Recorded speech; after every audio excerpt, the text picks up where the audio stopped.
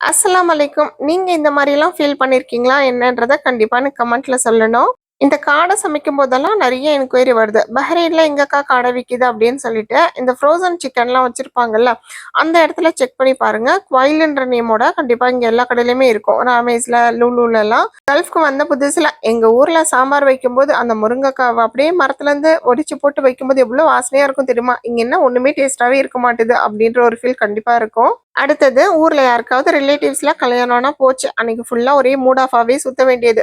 நம்ம ஃபங்ஷனுக்கு போ முடியலையே அப்படின்னு சொல்லிட்டு. அதே போல வந்த புதுசுல அந்த ஃப்ரெண்ட்ஷிப் வந்து பில்டப் பண்றது ரொம்ப நம்ம கஷ்டமாவே இருக்கும்.